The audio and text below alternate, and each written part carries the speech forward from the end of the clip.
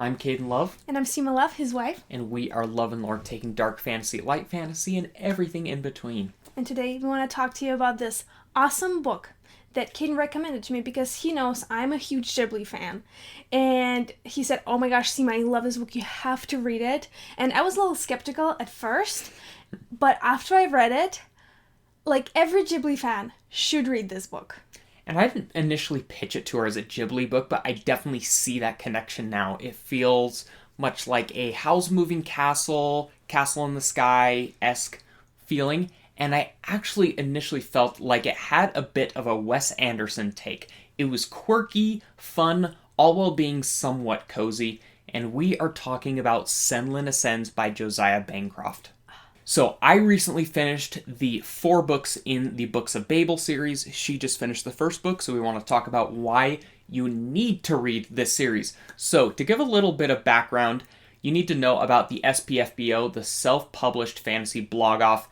This is the biggest indie fantasy competition out there. It is responsible for a lot of books like The Sword of Kaigen exploding because it was a recent victor, and it is a book that was in this competition actually wasn't a winner.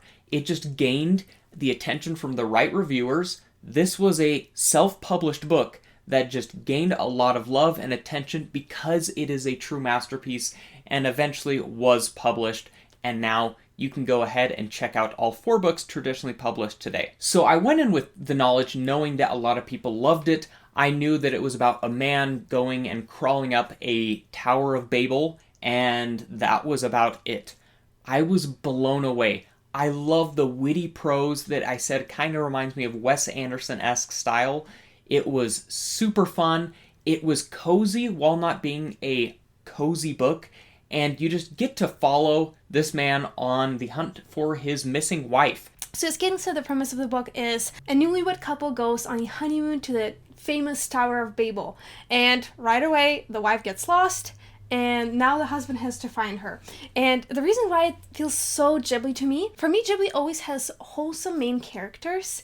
And honestly, the main couple really reminds me of the couple from The Wind Rises. The husband is a little bit awkward, while the wife is more free-spirited. Another thing about Ghibli is the world building is always amazing and a little bit whimsical, and this is exactly the case for the Books of Babel series. And another thing about Ghibli, I feel like it always has like a moral message, and even though in Senlin Ascends there is definitely a message, it might not be the very Ghibli-esque message about like, oh, the peace between humanity and nature or something like that, but it definitely has a commentary on and problematic commercial ways in which society is structured. Yeah, like she was saying, the world building is so much fun. It is steampunk adjacent, I would say, where everything isn't operated by steam, but if you're looking for the feeling of this time period, it is steampunk-esque. It is an alternative history, so we have the Tower of Babel, where each floor is a different theme. We have one that is a parlor theater that people can go and experience and live inside this play.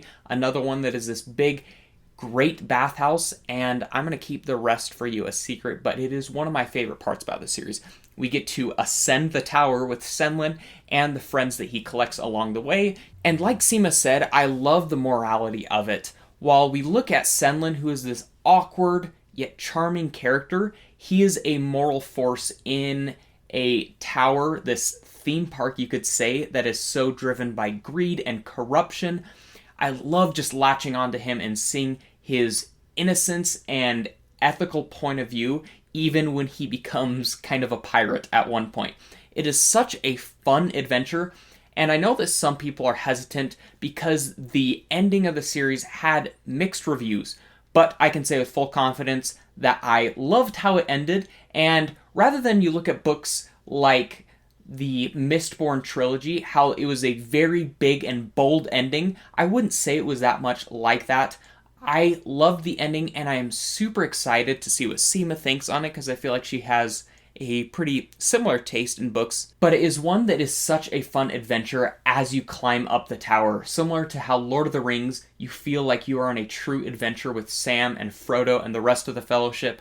This one you are following Thomas Senlin and his friends up the tower as they go to try to find his wife and multiple other things along the way. So if you are a Ghibli fan, you have to give this book a try. I love rereading Howl's Moving Castle, and Kiki's Delivery Service is on my TBR list, and Silent Ascents fit right into that. So make sure to go ahead and check this out. And the next book that Seema and I have queued up for our duo TBR is the Hexologist series, which the second book is coming out soon. These are also written by Josiah Bancroft, and it focuses on a married couple that work on investigating things, and it already feels, from what we've seen, much like the prose style in the Books of Babel series. And so if you've read that or the Books of Babel, we want to know what your opinion is. Throw it in the comments because we'd love to hear. And if you have any other book recommendations for Ghibli fans like me, please drop them in the comments too, and thank you for watching.